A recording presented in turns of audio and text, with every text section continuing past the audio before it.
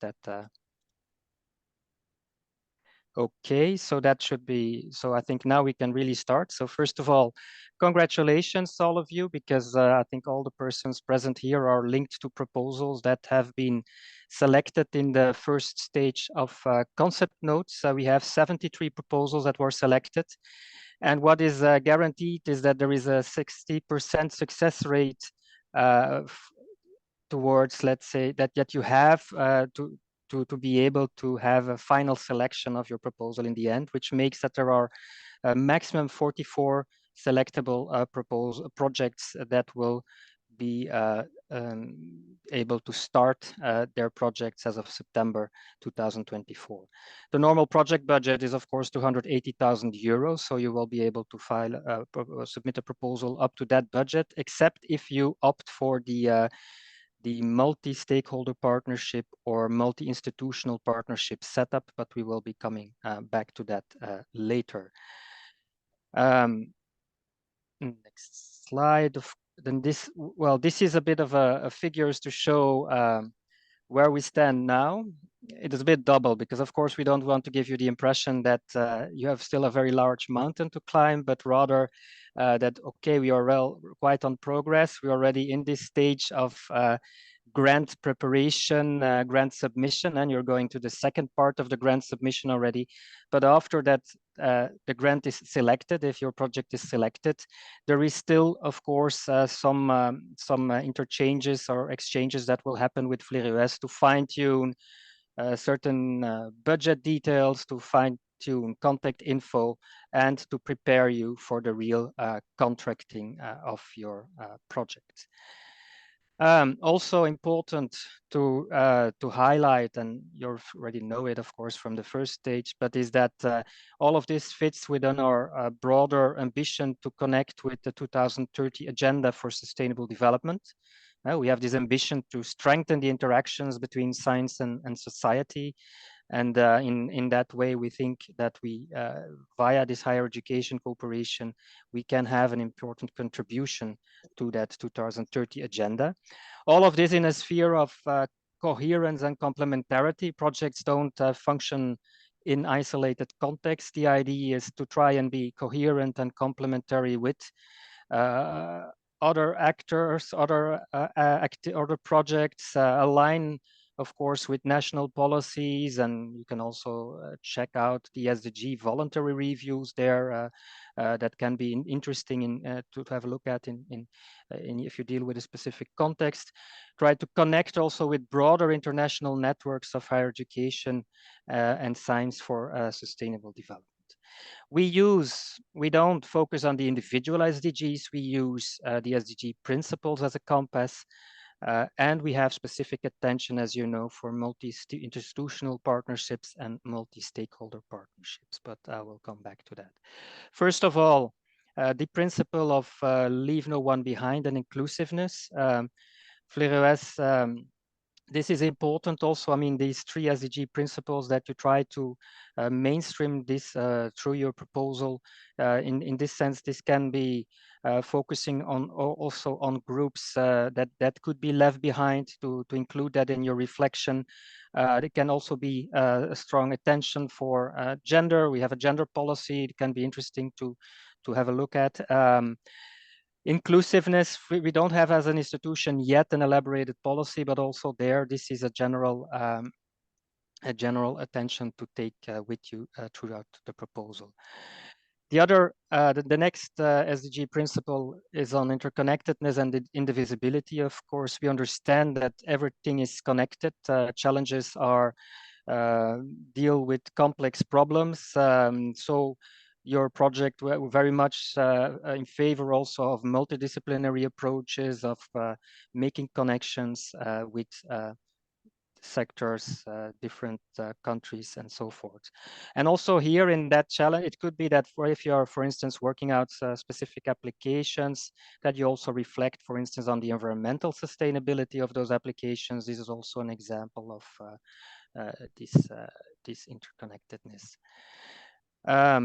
Then the third principle is about coherence, and we broadened that up to coherence, multi-institutional partnerships, and multi-stakeholder partnerships. I already mentioned the fact that, yeah, trying to be complementary with other actions, but what is now specifically the multi-institutional partnerships in our context? That is about projects that have that would go for a setup where different higher education and science institutions are involved. That can be at the partner level in one or multiple partner countries. It can also be on the Flemish side, different higher education institutions working together. For instance, also universities and universities of applied sciences, where at the level of the associations, we have also the idea to stimulate associatieve projecten.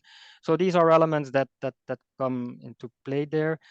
Multi-stakeholder partnerships, those are partnerships where we foresee that next to, let's say, the higher education collaboration, there is an inclusion in a structural manner of at least one other actor. Can be NGO, private sector, governmental.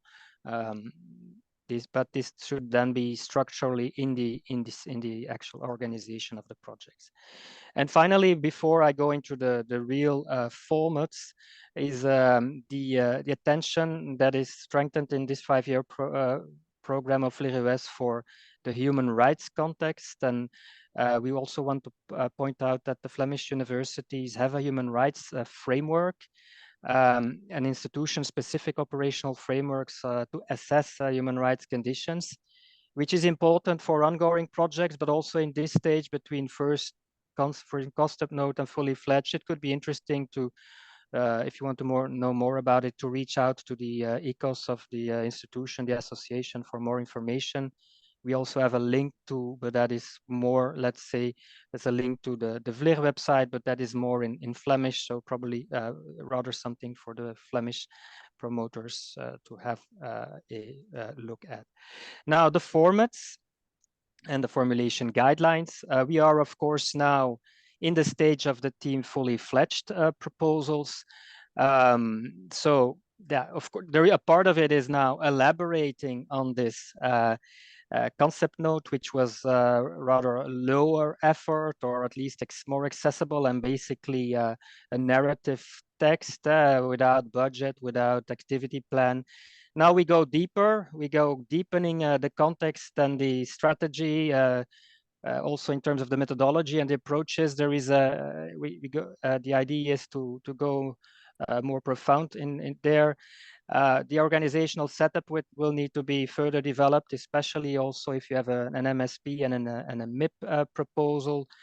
And then there are some elements that are completely new as compared to the concept note stage. This is, let's say, a general approach in terms of stakeholder management, also somewhat deeper in terms of the coherence with other actors, the activity plan and budget that will be included, a basic monitoring approach, and some, let's say, also a section that deals with the track record projects that you have presented in the past and that you're building upon, or also the integration, and also importantly the integration of the comments of the concept of the selection commission on your concept note. But we will come back to that. In terms of support, we of course, we have this PowerPoint that will be made available later, but there is also more information on methodological aspects in the call document. The formats are also foreseen as working documents. Very importantly is that you have to submit your proposal in the online submission tool and not just sending an email to Vleer with the documents in attachments. That will not be acceptable. So there is a Word template, which is an outline to prepare your proposal in view of later input in the tool. And then there is an annex with the organizational and activity module, and an annex with the budget. Important there is that you don't start adapting those annexes. You have to fill them out completely and then upload them. But if you try to change things, or normally they're also blocked in that respect, you will not be able to upload. So advice, don't change anything in those annexes. And if you have questions, you can of course address them to us. You also have some explanations in the tool on how to include information and how to upload. we will also make a video of this information session. My colleague will also give some explanations on that later. And of course, for your general help and assistance, the first context is the ethos of your institution or of the association in case of the universities of applied sciences and arts. Available resources apart from what I just mentioned, or if you really want to know more about methodology, about theory of change, about inclusion of the SDG principles, you have an interesting resource document, which is not specific for team. It's a methodological background document, but it's not specific for this call only. It's a more broader document. If you want to read more about gender, the gender policy document of l'IRES, we also have a publication on creating the conditions for uptake, which can be very helpful. You're not obliged, but this is all things that could be inspiring to have a look at. And for at the country level, we have country reference frameworks per country. These are not have no strategic value. It's purely a gathering of information per country on the link with the SDG voluntary reviews, some overviews of ongoing projects of other actors present in the country, other Belgian actors. These were updated recently, and you can find them on the website. On the country pages, you can also access the link via the call document. Then we go to the different modules. You're already familiar with them. Now we will have we will go through them one by one, and some of the modules that were not important in the concept note will come back now, and we will highlight the differences. The first module is on the context analysis. As you know, this was still in a rather basic, didn't have that much space in your concept note to elaborate on that. And I think many concept notes probably also focused more on the sustainable development context. Now there's two parts, the sustainable development context and the institutional context of the partner institutions. Important there is that this chapter or this module is really about justifying the relevance of your project, delimiting the scope, contextualizing the reasons why the project is needed. So it's very much links also to the selection criterion of relevance, of course, relevance and coherence. The first part on the sustainable development context, I don't have to go into detail, but you have maximum 4,000 characters to elaborate, to explain how it connects with key sustainable development challenges, with global and regional and national policies, how key actors are involved. There you have a section, maximum 4,000 characters that you can elaborate on this.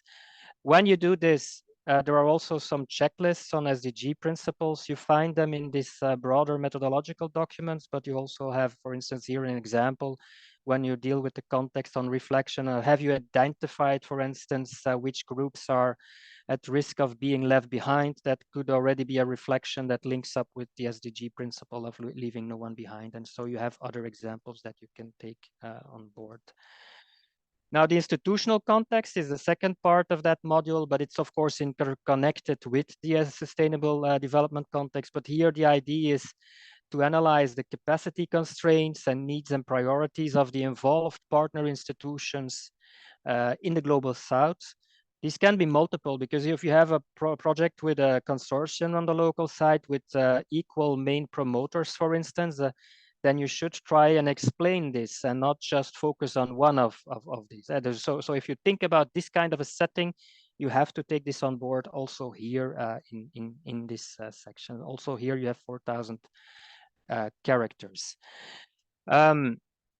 The second module, that's of course the core of the proposal, because this is about your project strategy, about the broader theory of change, as we say it. And now we simplified this theory of change approach along 3 questions. The change and it's basically about how you align your project with the general VLRS theory of change and with the broader with the SDG principles. These 3 questions are: the why question, what is a long-term change you wish to contribute to, the what question, what do you want to achieve with your project, and how do you want to do it. Now, this is outlined, or this comes back in the following slides. We start with the first key question and the why. And this is divided in two parts. There is the an impact statement that we expect that is a maximum 500 characters. So it's like a long sentence where you explain what is a long-term change you want to contribute to with your project. So that is the statement. And this is this you will be elaborating below in the next section in a narrative text. And reflecting on how this long-term change refers to the sustainable development context and for whom the changes are crucial. So the why and the for whom. And for that, you have a bit more space, 1,500 characters. Then we come to a very important one, I would say, because this is about what do you want to achieve by the end of the project. So that needs to be quite correct in terms of the ambition level, not too ambitious, or you might end up in the why again, and not too modest. I mean, this is really where can you get by the end of your project. So, and here, these are the changes you want to observe after the team project, or when the team project ends. And we ask you to align this with the VLIR-EUS standard outcomes, which are also a bit more explained in the call document. It's a section, you have 4,000 characters for that. Now, what is this alignment with the VLIR-EUS outcomes? This is this visualization. You have more explanation, like I said, in the call. But very typically, a team project in the past was sometimes very much focused on very much like research projects, but we broadened it up. So there is the idea is that you come with a proposal that aligns with a number of these standard outcomes. And it could be that there are elements of focusing on outcome number 4, higher quality and needs-oriented research, but it could also be a project that focuses more university management systems, improved organizational systems, and that links with policy. So there are different possibilities. It could also be on that higher quality and inclusive education is like your focus. Important is that it's never about one sole outcome. There is always a connection. And in particular, I would say that there should be always this inclusion of outcome number 5, and that you need to elaborate on that. I mean, we fund projects that are about change. So you need to reflect on enhancing the conditions for uptake of the knowledge of the applications and the services that are included or foreseen in your proposal. And for that, I think it's interesting that you have a look at the publication that VLIR-EUS made a few years ago about creating the conditions for uptake. This will help you also in explaining this uptake strategy, the importance of, and it's not only relevant for this section, but also for the context analysis, because it starts with your context and in getting to know your context. Analyzing also the different stakeholders that are important for your proposal or in your proposal, reflecting on knowledge communication towards the end users, for instance. So all these steps, stakeholder engagement, how you will analyze and engage with stakeholders, what is important in terms of the capacity building, and also take this on board in your impact-oriented planning and monitoring, like it says. It is better explained in the publication, of course, than what I'm doing now in just a few minutes. But so the advice, take that on board. And this certainly also come back in the next question, which is the key question 3 of this module. How do you want to do it?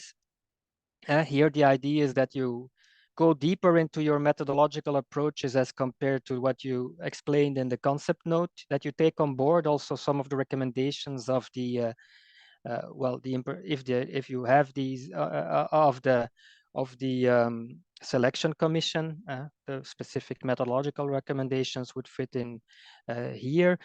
It's also this section about identifying key deliverables and activities. And there we make again the link with the standardized VLIR-EUS theory of change, where we have a number of intermediate change domains, so where you can organize your activities along. That is the following visualization.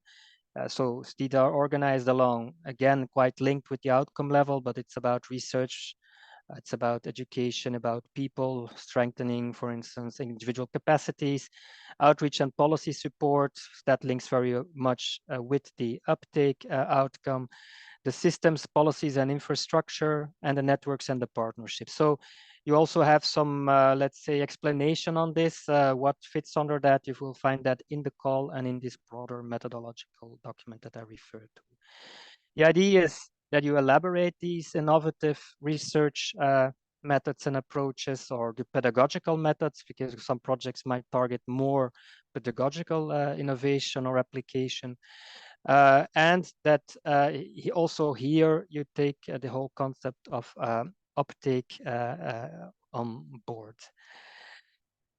Also part of the theory of change, and like I said in the beginning, it has to be integrated throughout the proposal, but are also a bit based on a comment from our selection commission members, is that we made a separate questions where you can also explain how you tried to integrate the SDG principles as presented by Vlerues.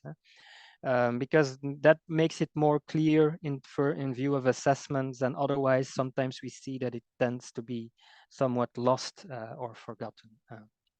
So there is also the idea is that you touch upon it through the different modules, but that you have a specific question where you highlight it a little bit more, a maximum 3,000 characters. And also here, which was not included in the concept note, at least not as a separate section, is that there is a section of where you can elaborate on the main challenges for the sustainability of the project results after the Vlerues funding, possible strategies. It's not a very elaborate paragraph. It's maximum 2,500 characters, but try to be clear on that. And then, okay, we had the two first modules. We're going into the third one, which is the organization. And this is to be divided in two parts. A part which of information that goes into Annex 1, into the Excel that will be uploaded in the tool. And the other part is our number of questions that are in the Word working file, but that you will submit directly in the tool. So this is the first part, is about updating the personal data that you included in the concept note stage. But now you will have seen that in the concept note stage, you were only able to include promoters and I think co-promoters, but there was no possibility yet to include the broader team. Now the idea is that you include information on the broader team of the project. But it still remains the case that we need also as an not as an online link, the CVs of the promoters. These are the main promoters, which are the ones that in fact contracted to be in at the you can have at the partner level, for instance, 3 equal main promoters in I can say one from Peru, one from Bolivia, another one from Cuba, but you put them all on the same level of cooperation, and they will all let's say be contracted. Then those are 3 main promoters, and you will need to include the CVs of the 3 partner promoters linked to that institution. When you point out that they are co-promoters, then they are theoretically not contracted via in case of selection, but they have an important role, of course. But then you don't, the inclusion of the CV, for instance, is not mandatory. It's included for the main promoters on the partner level side and at the Flemish side. And we prefer ORCID links, like most of you have already included in your concept note stage, so that information can then be, of course, kept. And otherwise, online links are preferable, and only in exceptional cases, if there is no online link, a link that is accessible, of course, because a closed Google Drive document, that doesn't work. But basically, you already have that normally. So just wanted to highlight it. And I want to link it to the fact that please take note, if you go for a multi-stakeholder partnership, that the representative or of the non-higher education actor is not to be listed as a main partner promoter, but as a co-promoter or a team member. Because we, in the end, we don't contract, we only contract a higher education institution in the global South. And so there, to be clear, in the case of an MSP, includes this actor as a co-promoter or a team member. I think I explained basically, but of course the same eligibility in terms of promotership continues what was the case at the level of your concept note. And normally, if you continue on the concept note, this is already addressed. Then, in terms of the key questions of the organization module, there will be some elaboration needed on how the project is structured, the distribution of the roles, how will the tasks be divided among the partners. You have a section there of maximum 3,000 characters that you can elaborate on. There is also a question, and if applicable, if you have an inclusion of scholarships, master PhD in your proposal, to describe the role of these scholarship holders and the selection procedure, how the in the project setup. Maximum, this doesn't have to be very long, it's maximum 2,000 characters.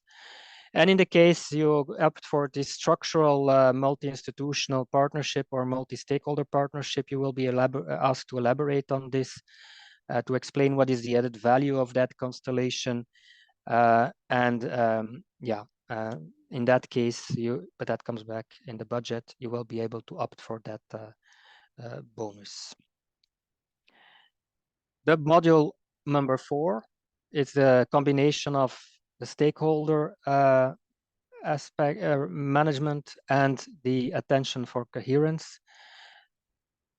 The first part is on identifying the 5 most important stakeholders external to your project, and how you will manage and engage with them, and how they contribute to the realization of the project outcomes and impact that is to be explained in this short section. So it's also text. There is no, and there is of course this listing of the 5. You cannot list more. So it's really the most important one, maximum 3,000 characters.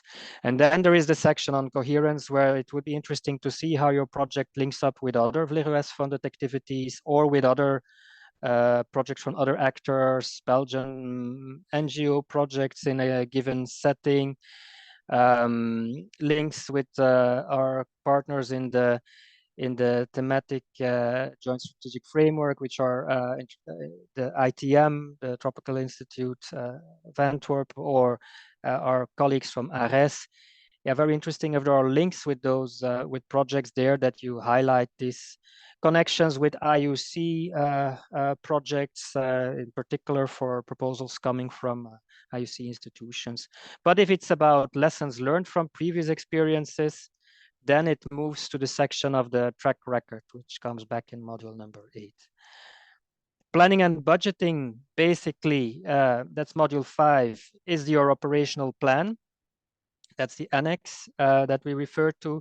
And the budget is also an annex.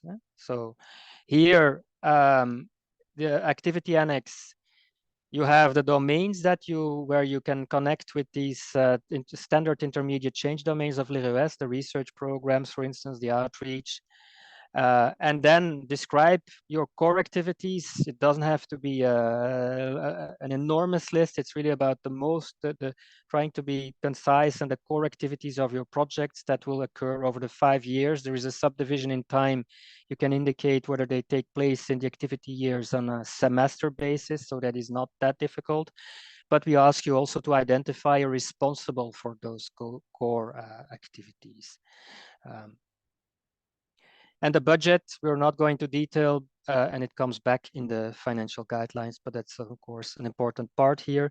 But what I had to add still is that also in this narrative proposal, there is a section where we ask you to explain, motivate, and elaborate in a general way on what are the main parts, aspects of your budget, specific attention for elements that relate to personal costs or investment costs, or what parts will be managed by which partner institution, if in the case of such a multi-institutional partnership setup, for instance. We have maximum 4,000 characters here. The last example that I have given, if you opt for this MSP and MIP, there is an extra question to explain how you will use that budget. And that should really be about the specific setup, supporting the project setup of, so the budget is not for other type of costing, it's really to support this.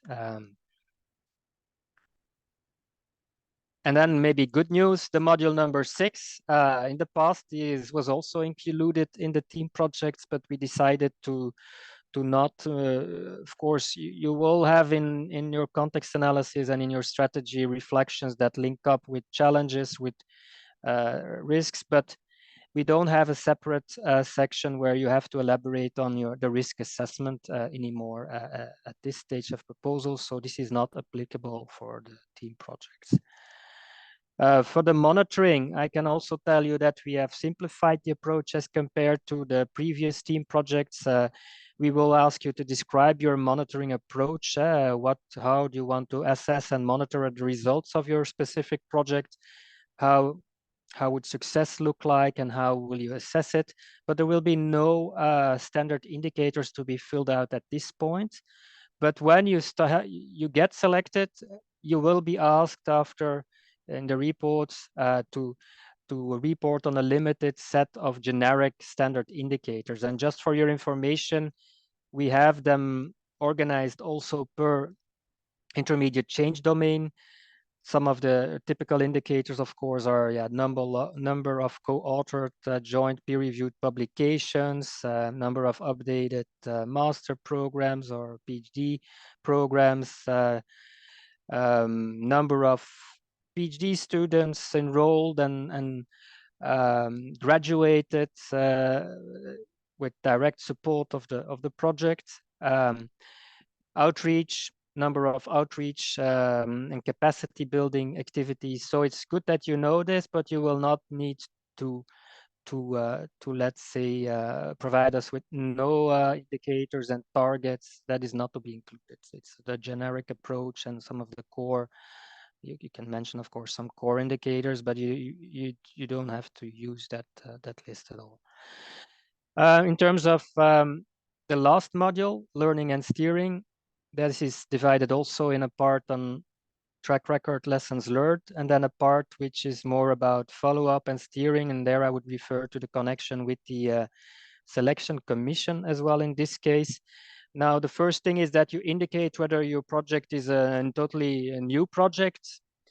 Well, it's the first time that you come up with this proposal as such. If your project is a follow-up, for instance, you had a project on forest management in Ecuador before, a short initiative, for instance, and now you're going for a team, which is a follow-up of the first one, then you indicate that it's a follow-up of an existing intervention. Or if it's a proposal that had been submitted, but that was not selected in previous years, you are also requested to indicate that it's a resubmission, and then you will be asked to comment on that. And so about the lessons learned from previous projects, if in case of a follow-up project, the added value, and the resubmission, okay, how you dealt with shortcomings. Now, specific for this this stage of the team projects is the feedback, and that's a specific question on how describe on how you dealt with the comments of the stage 1 concept note. What are the steps that you have taken towards this fully fledged proposal, and how you tackled or tried to integrate the comments of the selection commission. In case you did not agree with some of the comments, you're of course also in place to contextualize and explain. That can also be. So I think I mentioned it in the beginning. The text narrative document, the Word information is all being inputted in the tool. The mandatory annexes are the Annex 1 with the organizational module and activity plan. The budget format to be used is a mandatory annex, and also the CVs of the promoters or the online links.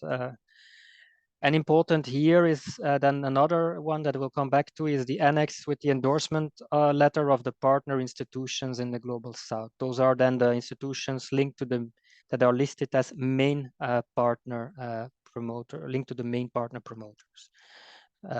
Optional annexes could be, but we don't expect you to add a lot of optional annexes. There is no guarantee that these will all be read by the by the selection commission, but in the case of a MIP or an MISP, for instance, it can be interesting to have a support of a letter, of a synergy letter, but these are optional documents here that can be that could be added. CVs of co-promoters, I already said it's not needed, but it's online links can be given, but I would not add too much optional annexes here. In a visualization, it's important to know that if you include a visualization in somewhere in your text, sometimes it can have an influence for sure on the number of characters or on how it might also not work. We don't ask that. If you really insist, you could upload it as an optional annex, but that might be better than trying to place it somewhere in your, but it's really not needed. Now, the endorsement letter of a partner institution, there is not one fixed format, but it's a letter per main partner institution. It should refer to the employment link of the main partner promoter. That can be multiple, like I explained before, with the recognized higher education or science institution. And and in a way, it provides also the support of the same institution to the project. It should be signed not by the person himself, but by an authority at faculty level, at least. We understand that not necessarily you can always get to a VC or rector or president, but at least by an authority at faculty level, and not by the person himself.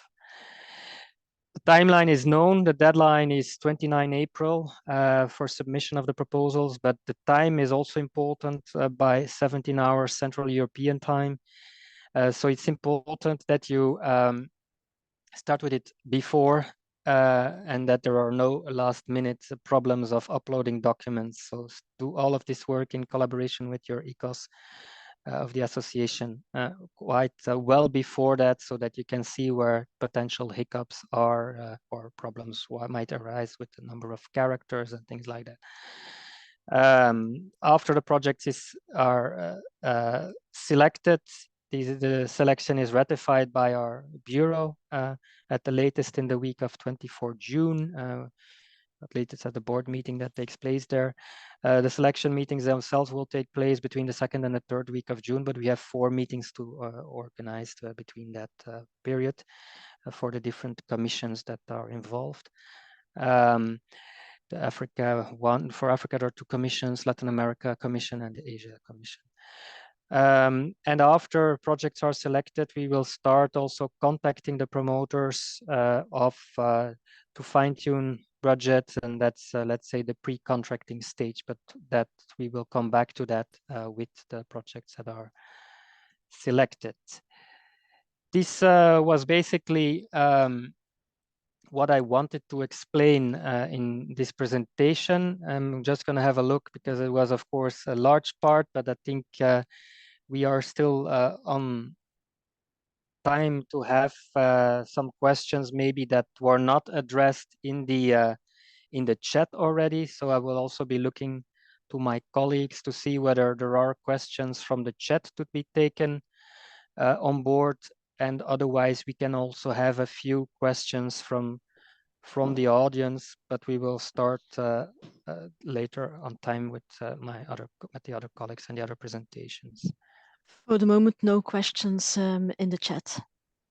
Okay, any questions? I see that first a hand is raised. Yeah, good idea to raise hands so you can speak up. Paradise, I could not read the full name. We cannot hear you yet. You will have to unmute yourself. Sorry. Thank you very much. You mentioned something about resubmission. Are you referring to resubmission to Flare? Yes, yes. Oh, but if maybe you submitted somewhere else and it came back with comments, you can submit it to this platform. Yeah, but so indeed, if it was submitted as a VLIR-US, I would say team and SI project, you can put it as a resubmission, and then you can explain what have you improved or why did you change from an SI to a team project. But not if it was submitted in another organization, or that you don't. Then you could highlight it as, let's say, some things that you learned in terms of experiences from other proposals, but it's not a resubmission. Okay. Thank you. Another question? Or?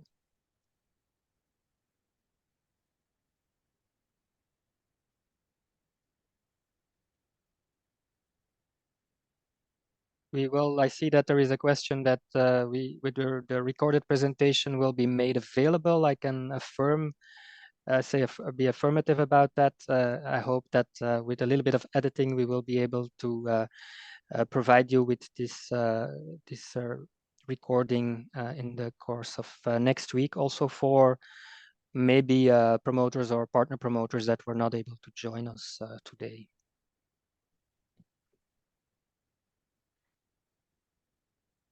Okay. Any other questions, colleagues? No? Hello. I see that there is a question in the chat still. You can speak up.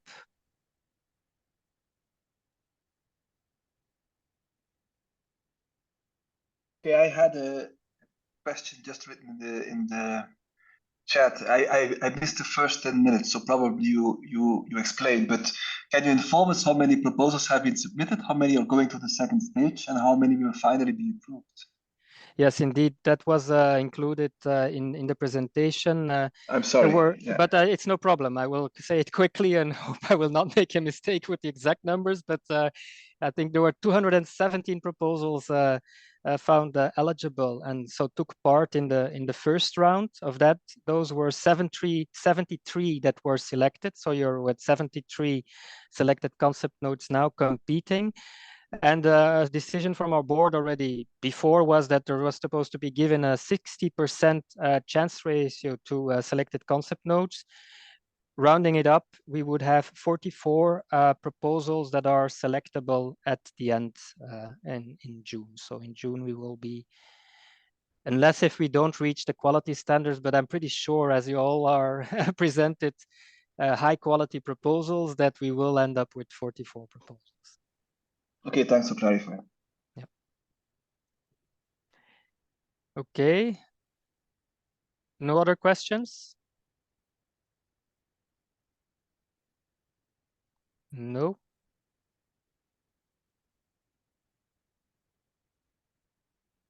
Okay, we can, if my colleagues are ready, we could go to the next part already. And if there are any questions coming up later at the end of the session, we can still also come back to it. No problem.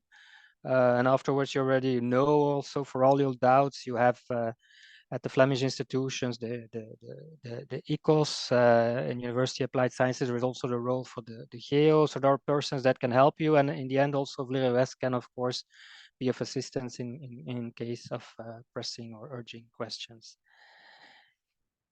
Okay, colleagues, then I think I can give the floor, since I don't see any hands raised anymore, to Mathieu to continue with his presentation. And I will mute myself. Hi, good afternoon to everyone. I hope you can see my screen. Yes. Yes, okay, perfect. Yes, we do. So now we're going to share some information on the financial guidelines and the budget. We'll start with a short introduction, some information on the financial framework, on the individual budget lines, and we'll end with a bit that Kathleen will present on the scholarships. First of all, why is the budget important? It's part of the selection process, and it will help the selection committee as well when reading the proposals. Budgets should be realistic and reflect what is being described in the project proposal, and that's also being assessed, of course, by the selection committee. Upon selection, it's a reference document that will be used during the yearly control and reporting process by Vleros, by us. Then the approved budget will also be used as the basis for the installments that will be scheduled on a yearly basis. And of course, the budget will be part of the formal agreement or the contract between Vleros and the project. So it's quite an important document. In general, so first of all, you have to submit, of course, as Peter already mentioned, projects that take place in one of the 17 Vleros partner countries. And in general, there are some principles here that we want to pass on. First of all, so keep in mind that the projects, that the investment cost should be kept as low as possible. Academic staff will be supplied by either the partner or the Flemish institutions. So normally academic staff is not being, it's not part, personnel cost for academic staff is not part of the budget. And selected input or in-kind co-funding is assumed by the partner institution. So in terms of office space, staff support, buildings, etc. Passing on to the financial framework. So this financial framework is the document or the basis for the financial guidelines and regulation when it comes to Vleros projects. The document tries to translate the formal framework and rules from the Royal Decree within which we operate and receive our funding into a more user-friendly way and in clear rules. So it's quite an important document.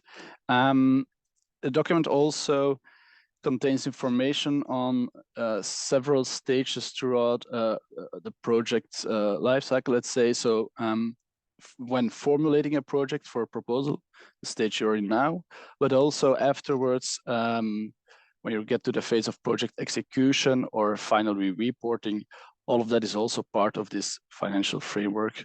The document can be found on our website. The PowerPoint will be shared afterwards, and there's a link to this specific page. So feel free to have to go and look over there. What you will find is, first of all, some general principles on financial guidelines or financial management. First of all, sound financial management is linked to thrift, efficiency, effectiveness, and integrity. They are explained more in a broader way in the document itself. It also lists the eligible and non-eligible costs. Maybe important here that there's a list of what can be eligible costs. I want to point out that one of those points is it has to be in accordance with the approved budgets. So make sure to put enough effort in creating this approved budget, but because we're going to use it afterwards also to during the control and reporting process. So it's quite important. Maybe specifically on the team projects. So the maximal budget for base budget for team is 280,000 euros. Of course, when you have a MIP or an MSP, you can receive the 20,000 euros extra, which makes a total, of course, of 300,000 euros. The project budget is divided in activity years. Activity years are running from the 1st of September of 1 year until the 31st of August. So that's one activity year. Budget transfers between activity years are possible, but only Yeah, within the spending rules that are also explained in the financial framework, but also in the next slide. So we'll come to that. But budget transfers, so in case you haven't spent your whole budget, are within the spending rules can be transferred to the next year. A team project takes 5 years to execute, but cannot be extended. So it's not possible anymore to extend to a 6th year. It's not allowed. In the financial framework, you'll find a summary of certain financial guidelines and rules. As I mentioned already, there are 17 partner countries where projects can take place. The budgeting is free. What do we mean with that? You can spread your budgets as you like during the budgeting phase. So there aren't any rules on how to divide your budget of 280,000 or 300,000 euros over the 5 activity years. That's up to you. There is, however, a spending rate. There are 2 aspects to this. First of all, there's a 50% spending rate after activity year 2. That means that when you've budgeted, when you've made your budget, year 1 and year 2, if we combine those 2, after year 2, you have to spend 50% of what you've budgeted. And secondly, there's also a 45% spending rates on the total budget after activity year 3. So cumulative for year 1 until year 3. So keep that in mind also when you make the budget, that those spending rate rules are there. If you don't, if you don't spend enough and you're there are problems with the spending rates, you will lose the money until the threshold that is being put forward here. The project duration is set 5 years maximum. Budget transfers, so there's underspending is approved in line with the spending rates. Overspending is also possible, but there, of course, as I explained earlier, our installments are according to the approved budget. If you spend more than the approved budget, you have to pre-finance that spending. So we will always keep the installment planning, and we're not gonna change it. So you can spend more, but then you have to pre-finance it. The installments, as I explained, is every year according to the approved budget. And then the report,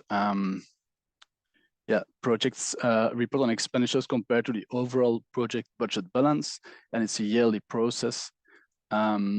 Annual report deadline is determined by the contracting Flemish higher institution. So that will be determined later.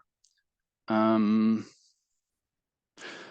I will change to the budget lines. So you will be asked to submit a budget within a certain format that consists of a selection of predefined categories.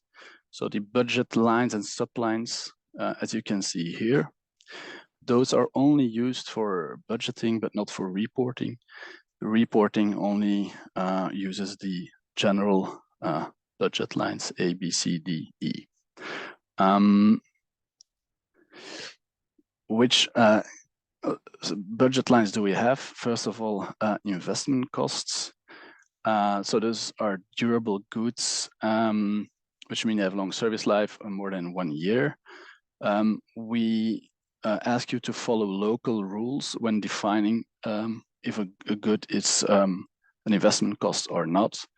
We as Fledged have a threshold of a minimum of 1,000 euros VAT excluded. As a good practice here, we ask for minimal spending on investment costs, and major infrastructure works are of course to be avoided. There are three subcategories. First of all, a more general category that excludes vehicles and ICT. The other one is vehicles, and then thirdly, ICT. The second category is operational costs. They are necessary, of course, for achieving one or more results of the project. And important, these costs stop once a project is completed. What has changed since year 2? All employment of persons not contracted by the Flemish institution or the partner institution are service contracts, and to be budgeted under operational costs. So this is very important to keep in mind, and I'll come back to that when we talk about personnel costs. Which categories do we have? Goods and services in general, everything excluding the other categories that exist. You can find some list with non-exhaustive examples in the PowerPoint or in the financial framework. Secondly, you have dissemination uptake, links also to the paper that Peter talked about earlier, ICT, and then of course international mobility and subsistence. It's so the international travel door-to-door for both Flemish or partner personnel or other. So it includes a whole range of costs, going from plane tickets, train tickets, to also per diems, hotel costs and everything. B5 is a local mobility and subsistence, and this is for travel or activities within one specific country, can be Belgium or can be the local partner country. And this is also local transportation costs, but also local per diems. This is some information on international mobility. Of course, we hope that a sustainable mobility policy is in place and that you reflect on the use of planes and excessive expenses on when it comes to international travel. Also, residential costs are costs linked to the stay abroad of Belgian local personnel. So accommodations, when it comes to international travel, I have also indicative maximums that are listed in the financial framework or on the website of Vliegeuros and can be checked there. So service contracts, they should respect social legislation. It's important to note that subcontract or consultancy for key tasks is not possible.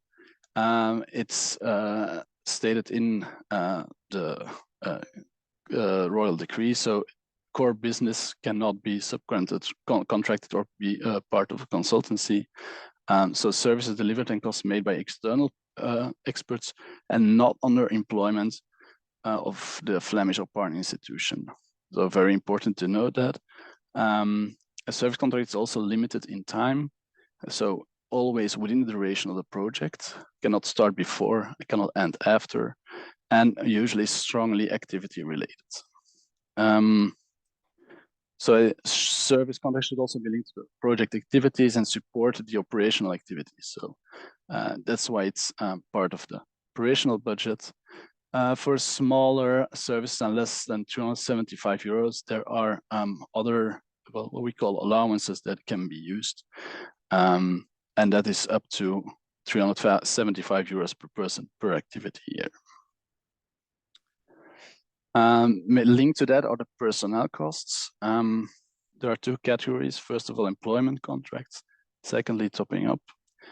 Very important to note that the personnel costs are only possible for institution people linked or having a contract at an institution that is part of the contract that has been signed for the project. So other partners, organizations, or institutions that are not a contracted party will have to use service contracts, and they cannot be part of the personnel costs. Personnel costs are only for employees of the organization that is part of the contract between Vliegeuros, the Flemish Higher Education Institute, and the partner. So very important to note. Topping up is also possible, but topping up only exists awarded to a partner institution staff. So you have to have an employment contract at the partner institution, and it can be up to 40% of the gross local salary. We do advise to keep topping ups to a minimum, and it should at least be part of the budget. That means if you want to use the instrument of topping up, then you should indicate so in your budget and for whom you're going to use it. So it's not possible afterwards to use this instrument of topping up when you've not when it's not part of your budget. Okay, I'll give the floor to Kathleen on scholarships. Okay, thank you very much, Mathieu. Yes, I'm going to tell something about scholarships. Mathieu, I think it's up to you to move the slides. Yes, thanks. Okay, so the general principle is that it's about scholarships within your project, and it's well, those are for capacity building, either at the individual level or at the institutional level or the level of the project. So their costs are linked to their study or to their research, either in Belgium or in the country of or region of origin. So the scholars need to be affiliated to the partner institution. It's quite important that they have a contract or anything that links them to the partner institution, so that they really have a link, and that, well, the capacity building we do, that it can also stay within the institution of the project. I'm not going to go into detail for their nationality, but most of the time they are nationals of the project within the partner country. We have different types of scholarships. We have the study scholarship, and therefore we award an amount of 100, 400 euros per month, either for 1 or 2 years. So that's are the study programs. And we also have our PhDs for the research programs, and those receive 1,900 euros per month. But I'm not going to detail either here, because that is all explained within the financial framework and also in the Excel budget model that you have to fill in when designing your budget. And for the scholarships, these are already prefixed, so please don't overwrite those cells in the Excel files. We can go to another slide. Here we have some good practices. I just said that a scholar needs to be affiliated to the partner institution. That's also because, well, the scholar normally has some tasks or does his job within the institution, but when starting a PhD, and when we know that a PhD takes much of time and much of personal investment, we also ask the institution to deload the PhD scholar, deloading from academic or administrative obligations, so that the person has sufficient time to devote to the scholarship.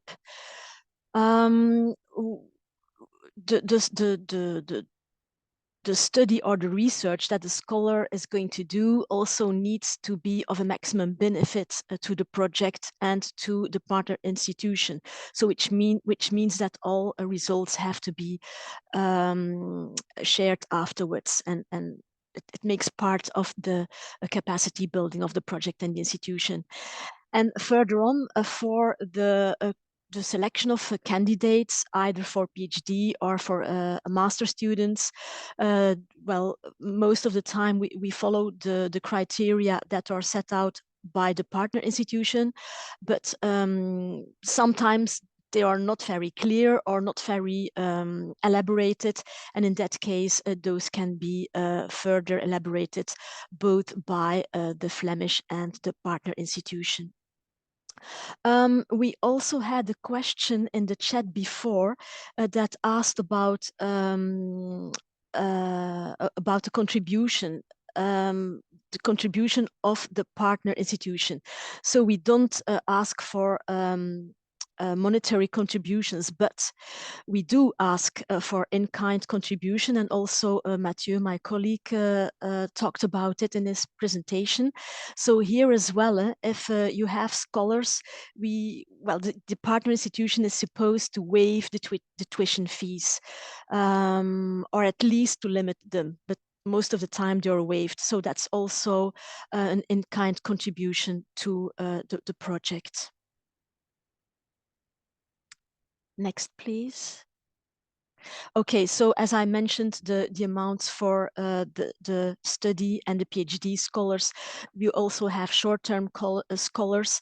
That's from a minimum of 7 days, sorry, a minimum of 7 days up to a maximum of 6 months.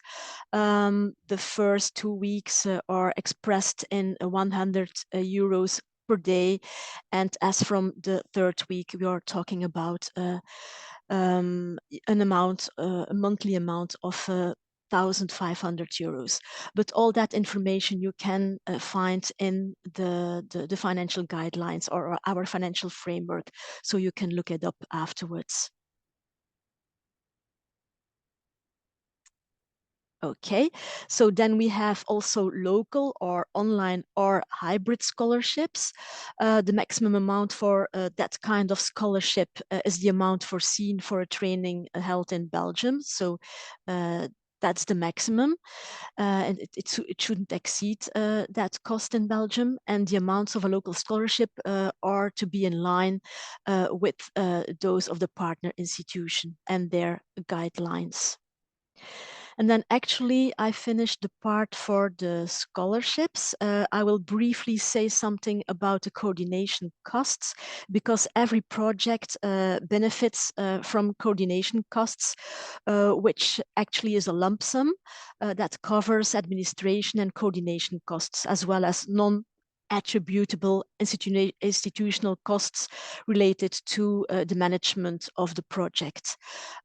Some examples here, but it's not exhaustive, are services connected within the administrative and financial coordination of project execution. It can be either for the HR department, for some temporary staff, also for the legal department, bank costs, etc. So all that can be paid by the coordination costs. And what is the amount of the coordination costs? Actually, it's in total 10% of your budget lines from A to D. So your budget lines, investment, operational costs, personnel, and scholarship costs, you add that up and then you take 10% of it, and that are the coordination costs. And it's divided into two.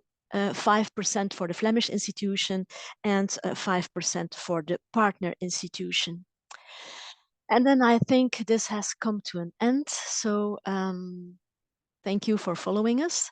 And I think we have now some questions and answers to give.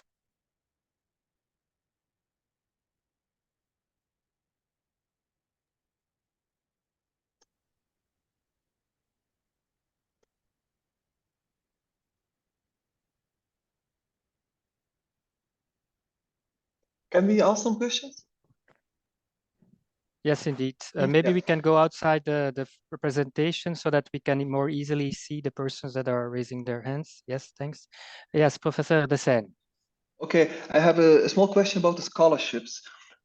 You mentioned that if you have a scholarship, for instance, for a PhD, it's for people who are affiliated to partner institutions, and you added they need to be somehow linked. What does that mean, being somehow linked? Does it mean that they receive a salary from that institution, or can you have somebody who is actually working for an NGO, contracted as a kind of voluntary researcher, een vrijwillig wetenschappelijk medewerker, we would call it in Dutch. Hence, they can be considered as being affiliated. Peter, do you take this? That or? is one of the complicated examples. Yes, It's a very specific one. Yes. Yes. Normally, there should be a contractual link. Now, what we see sometimes is that this contractual link also comes when they are engaged as a PhD student. But then the idea is that there is is that there are some obligations taken over by the partner institution. So also, let's say in terms of social security, they are depending on that partner institution and the local guidelines around that.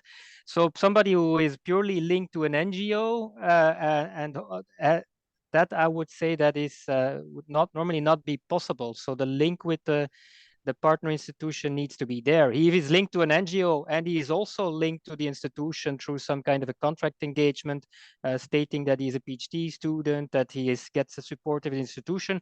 That could fit, but that is something that of course needs to be looked into quite carefully. The idea is also that the PhD, when he graduates, is an important actor of change within his institution. So there should be some pathway towards that as well. So I would be careful with a very loose link there. Yes, normally they have a contract with the partner institution. Yes. Yeah. Okay. Thank you.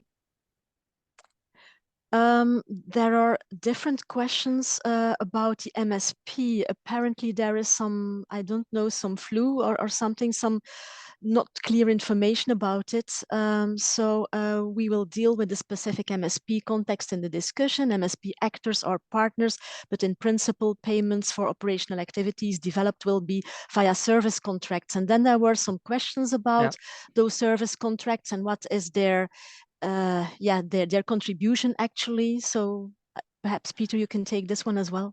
Yes, I'm also looking to Mathieu to explain, because I think he explained the idea is that in an MSP context, we can fund operational costs and costs that are related to scholarships, if there are training involved. So if the operational costing, under that you have a category for the service contract. So indeed, persons that are in an MSP actor is, like Mathieu explained, not contracted by VLRUS. That means that automatically, if there is a payment for personnel services, that would be via a service contract. But you can complement, Mathieu, if I'm not explaining it in a decent way. No, that's correct. So only personnel costs can be paid for a partner that is part of the contract, a contractual partner. Other, other partners, NGOs, organization, whatever, it will go through operational costs and a service contract. So you really need a service contract when you want to hire someone, or So you explained it well. Okay, and then there was about the setting. There is the nuance between, okay, you have stakeholders and project partners. I think it was mentioned by Caroline Denewet. Like we said, okay, we don't contract these third actors. We don't contract the MSP actor, but like we explained, they can be included in the team. They're part of the project team as a team member or but that is if they're really part of the setting. It's a fine nuance sometimes with the matter if you have to list your main stakeholders, for instance, and there are farmer organizations listed and NGOs listed. Okay, then on a theoretical basis, they can be a stakeholder, but an MSP actor that is within your project, you can. The idea is that you include them in your team member list, but there is a little bit of a small nuance on that side. I also have a specific question here. This team, yes, will go over 2 5-year programs. Rollover is normally not accepted between 2 5-year programs. So what will be due and how will this be managed? There, I would like Mathieu to give insights whether we already can be extremely clear about that today. No, I have not yet decided, but I will be clear soon enough. But I don't think that's a big issue now, because if you make a budget, well, that's the way you tend to spend your money or want to spend your money. So we'll give some clearance on that. Yeah, it was also combined with the spending rates rules that you explained before. Well, I don't see the issue there, because the first 3 years are in this activity year, so still. I don't see the issue. Okay, yeah, Okay. So that in terms of the spending ratio for this category, there is no, I mean, there is no interference with the 2 5-year frameworks of VLIRES. But it might mean that we, when we move, VLIRES as an organization moves into the next 5-year framework, that we have to do some kind of a contract annex. But at this point, this is not something that we have to worry about. Like Mathieu said, you develop your project budget reflecting on when and how you plan to spend it, your budget over the 5 years. Yeah, I also have a remark on this by Mathieu Carvin, who has some experience with it, that when making the budget, it is quite important if no transfer would be possible between year 3 and 4. Yeah, so that you take this into account when making the budget.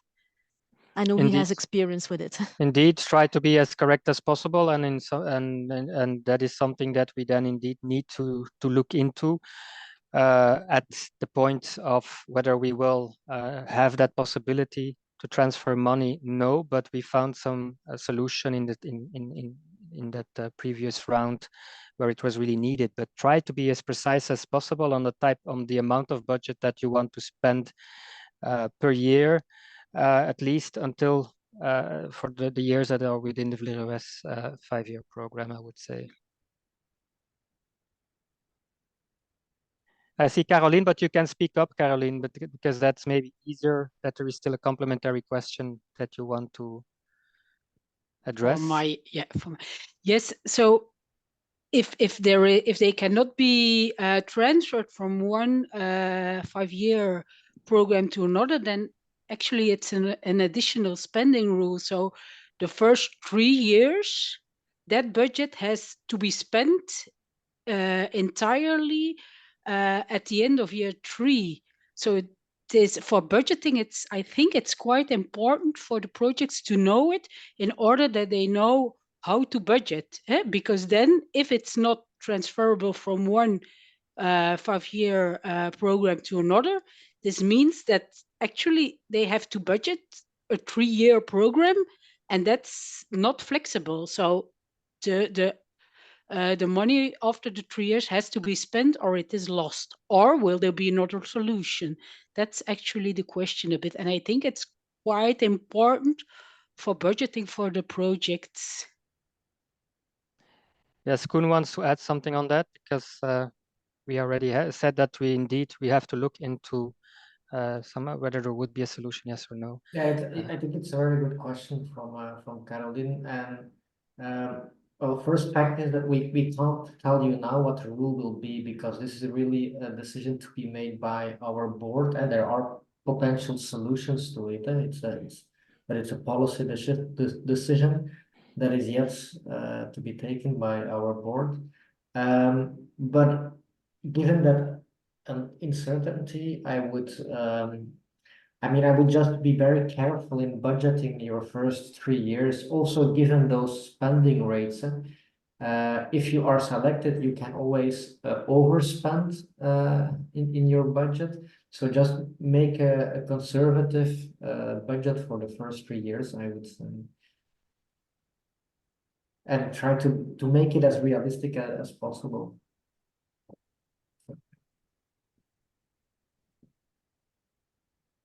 I think I would like to give a reply to 2 questions in the chat. Are scholarships for masters eligible in countries? I don't quite get the question, but I think that you mean, is it possible to have a scholarship for a master in one of the partner countries? Yes, if it is taken up by the project, then it can be foreseen. And it was a question from Elvire Line Sosa. And then I have another question here of Sheila Odiambo. Can PhD master scholarships that would graduate in the partner institutions do part of their research in a Flemish university college or in a Flemish university? Yes, it's possible. Yes, so we can have joint PhDs, which makes that you do half of your research in Belgium and half of it in the partner country. Also, masters could be done in Belgium, but we it's not that often within team projects, but it's a possibility, yes. So everything has to be foreseen within your project. Maybe adding here that like we explained, the category of research scholarships is broader than PhDs. So if a person that has already a PhD and wants to come, and there is some kind of a research stay foreseen for a certain period, then this fits also there. So there are quite some possibilities. But okay, persons that come to Belgium fall under this scholarship or the standard scholarship framework that we have. In case local scholarships are included in a project proposal, then it's actually it has to be aligned with the local or the national or the local scholarship guidelines, of course, and they're also in terms of costing. That is, it's realistic amounts that are being used, and definitely lower or definitely not higher than the amounts that are used in the scholarship framework for students coming to Belgium.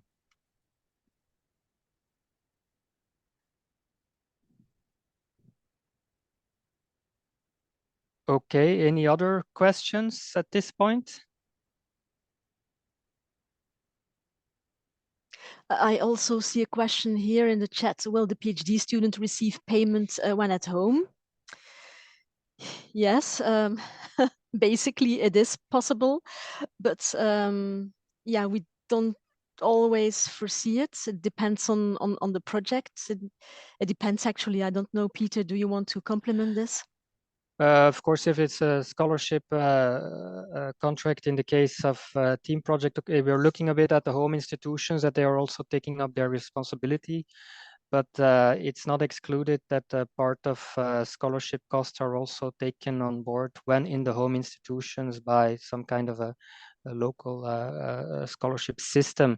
So it depends a little bit on the local context on how to go about it, but what is very important for us is this contractual link of the person with the main partner institutions involved in the project.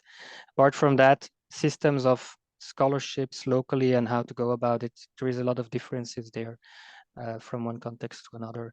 And important is also to be very clear already in your proposal, to already be clear on what is there. So we also have still some kind of in case of the selected projects, there will be a budget control, and there might be some exchange of information on to be clear on certain elements, so that once a project budget is approved, the idea is that that is followed still with a little bit of flexibility, but those elements are then definitely to be clarified at that point.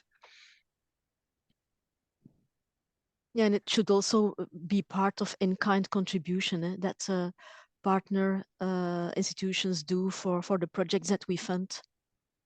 Yes, that's what I explained in the beginning, that you expect that if there is a contractual link, that you expect that the person has a support from his home institution as well. But in some cases, there are complementary scholarships awarded, or complementary wages in some cases. I have some other questions here in the chat. Can we shorten the duration of the project to 4? Well, we actually do not advise that, because what we usually see is we want to work with a standard framework. We actually made the team project standard 5 years. There is no potential in extension afterwards. What we sometimes see, if you now come with a proposal of 4 years, you will be stuck to 4 years. So that I would not advise of going for a shorter duration. I think technically not completely excluded, Koen. I think that is not the case, but personally, I would advise to go for the full 5 years. You don't have to put a big budget in the 5th year. That is all up to you. You can. There are possibilities to be flexible. Yeah. I also have a question here. Is payment for MSP eligible for activities implemented? We already had a discussion on MSP. Yeah, I think we already explained that activities related to the specific context of the MSP or MIP setup, that is what we expect with this extra 20,000 euro there. So these are for operational activities and in a way for links with short-term scholars, for instance. So yeah, I think if that is an answer to the question. And then perhaps another question linked to it, can an MSP actor be eligible to do funded core activities?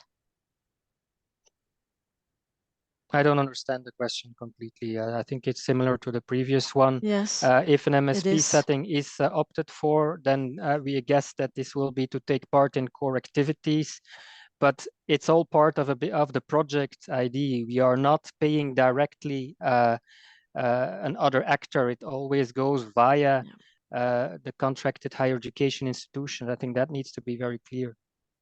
Yeah.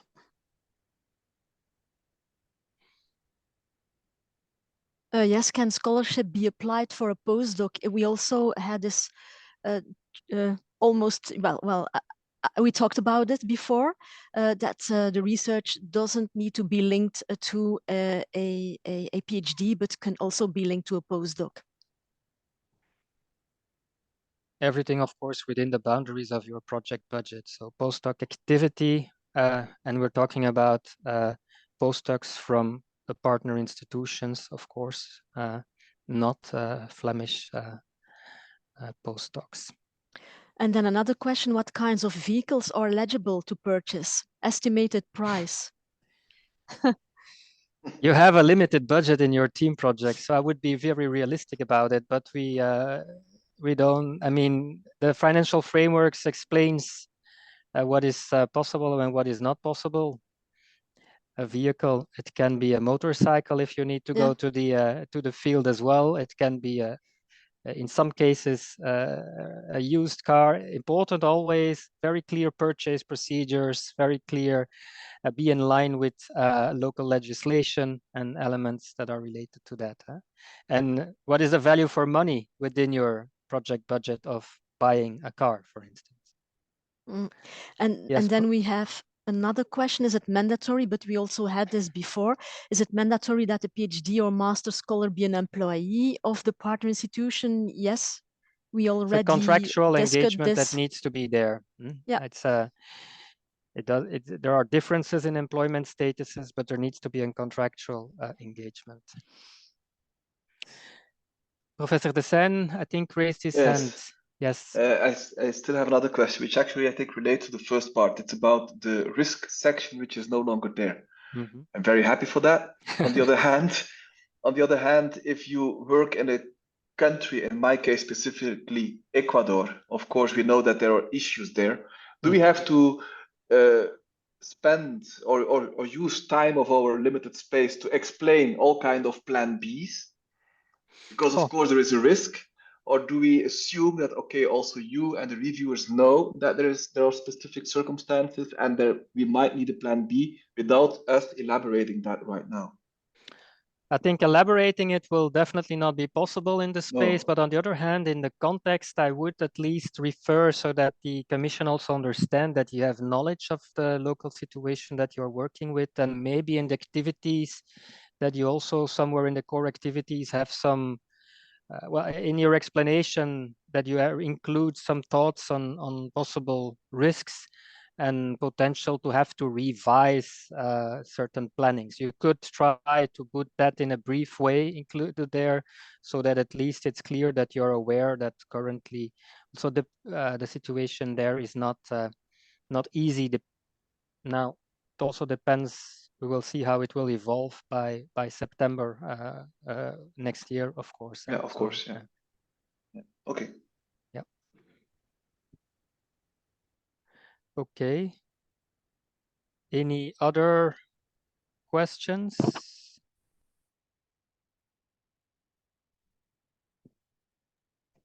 I think we covered all questions in the chat. Okay. But we still have another section to go. We were practically going. So the important there is that we give the floor to our colleague, Tim. Yes, he's there. So yes, thank you, Peter. Hello, everyone. Last part of this info session, I'll try not to take too much of your time, but about how to fill in your fully fledged format.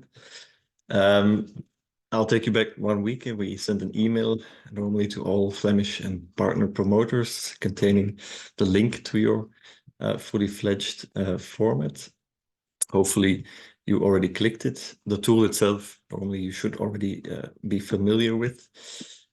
You'll see probably in your list of dossiers, 2 dossiers now, the original concept note as approved, and now also the fully fledged format still in draft and ready for you to be filled in. The first thing I want to mention is about access to this format. I added everyone that had access to your concept note. If this is not enough, if you want to add other people, please do so. Just use the same functionality as you used for your concept note. So just write a name, email address, and choose the correct role.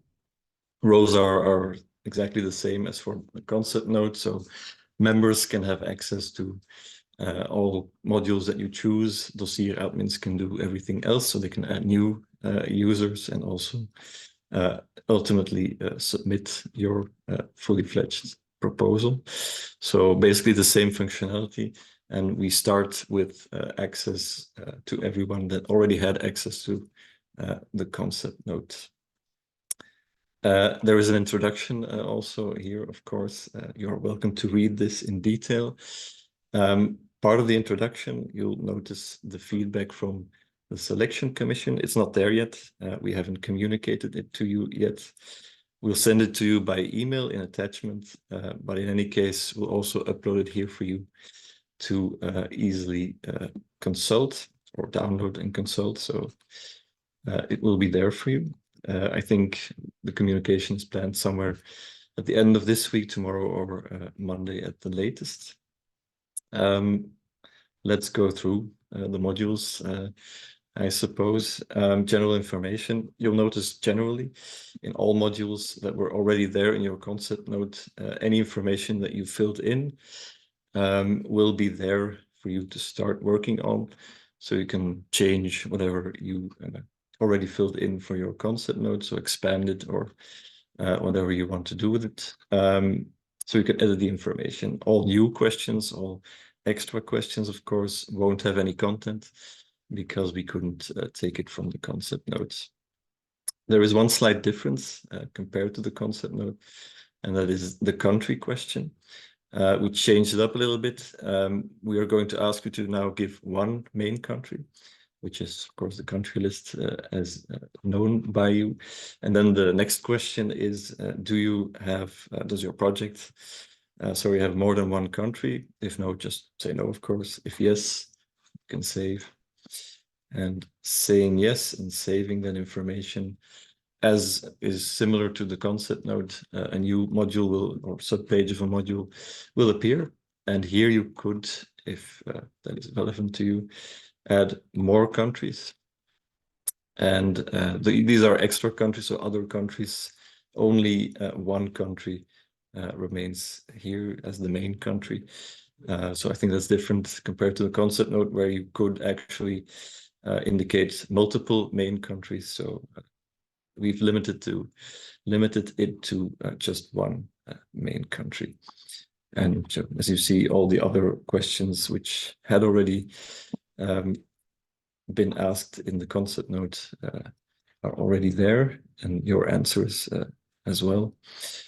Here an example in the context problem analysis. The first question on sustainable development context was already asked in the concept note, so your answer should be there. The second question is new, so it doesn't contain anything yet. I won't go into detail on each of the modules. They are pretty self-explanatory, I think.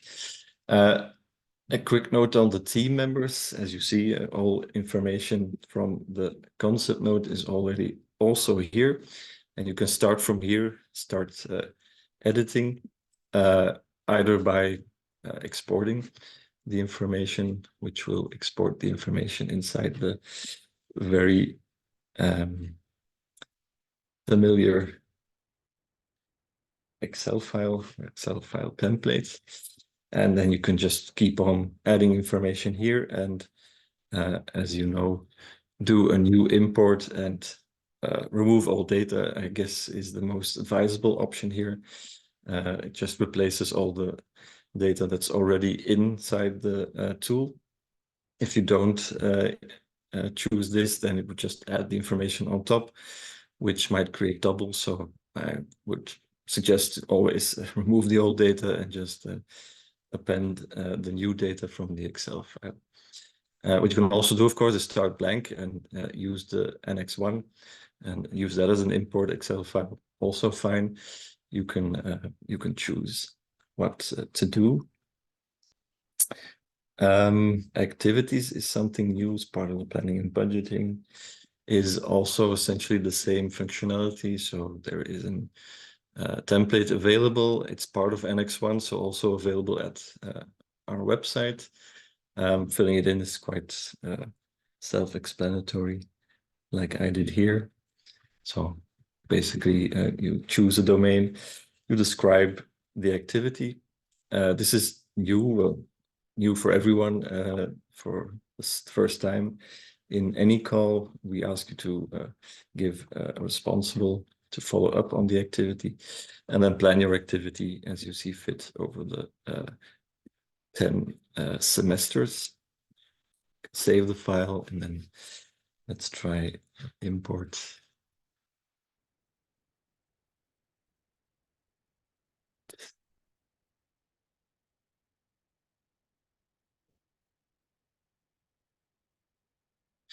And there we go. And there you have it. The information from the Excel file was imported successfully in the tool. A third question, important one here, is the budget details is Annex 2 on the website, also available as an export here. I do have to point out a small mistake here. It says still here that it may not exceed 150,000 euros your budget. That's of course incorrect. We will change it after today. The call information is of course correct, so a maximum of 280,000 or 300,000. As I think Mathieu also mentioned before. And there is a slight error in the visualization here. It only goes to 3 years. We'll extend it to 5 years.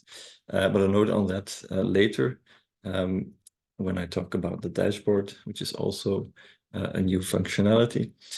Let me zoom in a little bit on the contents of the budget file and how to fill this in. So basically it's pretty straightforward. Just add a description and then choose a budget category. So there's one sheet for each cost type.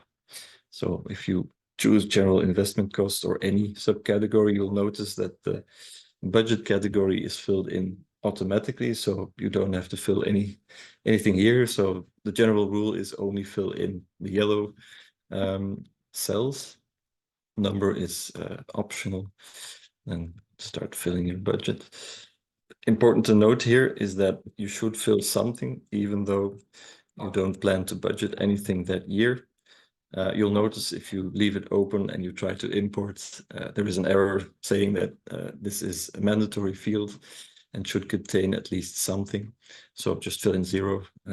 So basically every row that has some kind of content needs to be filled in for all 5 years. Operational cost is, well, apart from, of course, different subcategories, exactly the same principle. Personnel costs as well, except for the 4 extra added columns to the right, so name, function, institution, and job description. Maybe you've noticed already that there is some explanation on top. There is also extra explanation in most of the column headers on how to fill in, or what exactly are you supposed to fill in each column. And there is an extensive manual also at the front. So please try and read this as carefully as possible so that you can fill in everything correctly. Scholarships is a little bit more complex. let's try and fill this in. So you'll have to indicate the activity year for the scholarship, the location, either Belgium or local. And depending on what you fill in, so important here, try to fill in from left to right, because options that you choose bring about different options in the columns more to the right. So for Belgium, there are 3 options: short-term, study, and research. Let's try short-term here, and local the same, but then for local. And you'll notice that based on what you fill in here, the correct categories and subcategories are already filled in for you. The allowance type is also specific to whatever you choose in the type. So there are 3 types of short terms for Belgium, depending on the number of days. So if you choose one, you'll notice that some of the options are what's the word? Are written over, so you can't fill anything in anymore. So logically, 7 to 14 days, you can fill in a number of days, not number of months. So 8 days is fine. 15 days will turn red because that's, of course, not logical. The number of scholars for this specific row, maybe there's 3 of them that you want to budget in this way. You'll notice that there is a calculation of the daily allowance based on the allowance type. So 9 days at this kind of daily allowance means 900 in total. Tuition fee you can freely fill in. Indirect travel costs, insurance, and bench fee are calculated based on the maximum amount that you can budget. So you can override this, but you can go over the amount that is suggested. You can only go under, let's say. Airline tickets, extra costs, etc. can also be added. The same rule applies here. If there's nothing, you just say 0. And then you'll notice the estimated cost per scholar, which is the summation of this, and then times 3, because there are 3 scholars for the activity year that you indicated. So estimated costs for year 1. If the same kind of costs for the same kind of scholarship, let's say, will be made for multiple years, then you'll have to use multiple rows. So indicate different activity years for each. So it's from left to right, it's pretty logical, makes sense. I'm not going to go through all of the examples, of course. Coordination costs, you don't have to fill in yourself. You'll notice in the overview tab that everything that you filled in, all the subtotals for each individual budget line, will pop up here. And based on the total of A to D, as Mathieu and Kathleen explained, 10% of that will be calculated as coordination costs. There is a risk here, and that's what Peter, I think, mentioned before. If you save this file and then afterwards try and import it, all the information will be imported at a go or in one time. You can change things here inside the tool, but for your budget, it's not advisable, because if you change something in operational costs, for example, the 10% will not be calculated correctly. So general advice, especially for your budget, try and finalize your budget inside the Excel template file and then do a final import. So don't start doing an import and then start changing a few things inside the tool that might cause some calculation problems. And then linked to that, just add one more thing. And then I can finish up already. There is the export overview, which I think you already know from concept note. It contains all textual information from everything that you filled in. So you can easily go through this and see whether all information is okay for you. As was the same for the concept note, this is used for the selection commission members to read. But there is something new, at least for the fully fledged, and that is the dashboard. And there is a slight mix-up. Maybe there are two dashboard tabs here, as you can see. It's the dashboard tab inside your project dossier that you'll need to click. And then you'll get an overview of all table information, as I can call it. So everything tabular, so team members, activities, your budget details that you imported inside the tool. You can see it as an overview here, all information, because the tool itself doesn't show everything, especially for the budget. It doesn't show all rows, it only gives you an overview of each expenditure year. So all details, especially for scholarships, will not be visualized inside the actual tool screen. So here, well, we will of course add year 4 and year 5 here, but there will be much more information here. So for example, if you imported your budget, you can check whether the information inside the Excel file completely mirrors the information that you see here, because it is this information, because we don't have your Excel file, of course, this information that we consider to be your final submitted budget. Maybe adding on to that, there is an attachment section as well. So you can add any kind of PDF or Excel attachments extra to the endorsement or your CV. And there is also a section for uploading the Excel files that you need to fill in for team members' budget and activities, but only, and cannot stress this enough, only when the import fails. If for some reason it doesn't work, there are too many errors, and also contact us first, of course, or contact the ECOS and us first, so we can see what the problem is. I'm pretty sure we can help out, and then it will work afterwards. But if there is no time or the tool fails, there is a place here where you can upload your Excel file. But if you do, and only as a last resort, please tell us why, what went wrong, when did it go wrong, so that we at least have a trace of where or why things might have gone wrong. If at some point you submit the proposal without any information on your budget, for example, and we've heard nothing from you, and we don't find any files in here, then there might be a real issue. So try importing. If it doesn't work, contact us. If there's no time left, or we don't reach back, then you can add the file here as a simple upload. Okay, I think that pretty much concludes my explanation. I see it's already 10:02, so I think it's fine for now. If there are any questions now, or if there are any questions in the future, you can always email us, of course, to info@fligros.be. Thank you, Tim.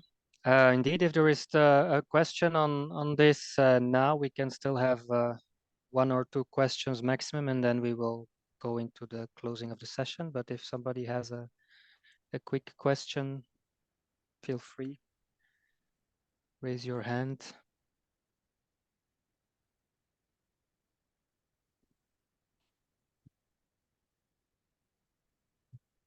No? Then I think it is clear. Of course, if you need assistance later, well, you know where to find us, but of course you will probably, together with the ECOS, look into how to input your proposal, and you already have the experience from the concept note. So, but we're always, of course, available. But general message, don't start inputting the proposal on the day of the deadline, but well before, so that if there are problems, that these can still be discussed and attended.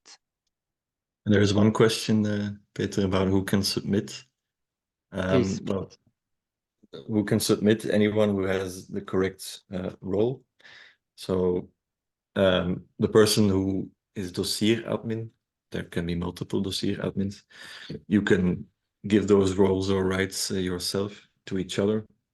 Those people can submit, and by submitting, just like with the concept note, it means that there is a submission to the ECOS or GEO of the Flemish institution, and they will validate your proposal, your submitted proposal, and when it's fine to them, they can submit it through to us. So it's actually a double submission, which makes it even more important, as Peter just said, to start filling this in not too late, and especially not submitting it too late, because there is still a step to be done after your submission by the ECOS or GEO to submit it through to us. So let's say half an hour before the deadline at 5 o'clock is probably very late to do this. I would even add there that it's important, but that is a bit of responsibility at level of the Flemish promoter to immediately also, to enter in contact with ECOS to see whether there are any internal deadlines at the level of the institution. And I'm sure that these are there, so that there is also still this feedback loop that is possible at the level of the ECOS, and in the case of the Universities of Applied Sciences and Arts, which interactions are possible with ECOS of the association, the role of the GEO. So these are things that it is important to discuss before, so that for everybody these last moments before the submission are not too stressy, and that things can be dealt with well in advance.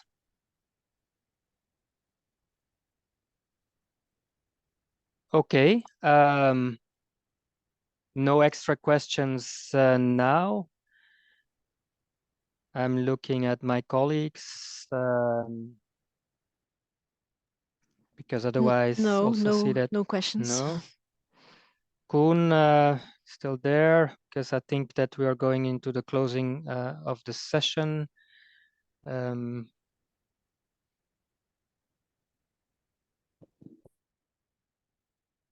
Okay, now I can see better what there is. Okay, then I think we can close this information session. As I said, the presentations will be upload. Well, we make PDF versions of it, and we will upload them on the call page, the Call for Fully Fledged, on our website. This we will do at the latest early next week. But for the recordings, yeah, if we might have to do a little bit of editing, but also there in the first part of next week we will be uploading the recordings of the session. You will find the link via the website page, and the feedback from the selection commissions. This has been asked also earlier, I think, via the chat. We are looking into this. They are being finally processed, and in the coming days, so also ultimately by I think Monday or Tuesday maximum, we hope to be able to send you that information. You normally will get an email with the where you can find the individual feedback, and we will also place it afterwards in the tool so that you can consult it also when you're working on the proposal. So and I think that will be of course very helpful, because we already had some questions from professors that are planning to travel soon. So next week, first half of next week, this will be made available. Okay, so thank you very much for this large presence in the information session, and that's very nice to see. Also, thanks to all the colleagues that have collaborated to this session and to the program call. And I wish you all success, of course, with the development of your proposals. Unfortunately, not everybody will be able to get a selected proposal. We already talked about the chance ratio before, but yeah, you all have a lot of potential there. So try to make the best of it, and I wish you all success. Thank you very much. Bye-bye. Thank you. Bye-bye. Success. Bye. Thank you. Thank you. Bye. Thank you. Bye. Thank you. Thank you. Thank you very much.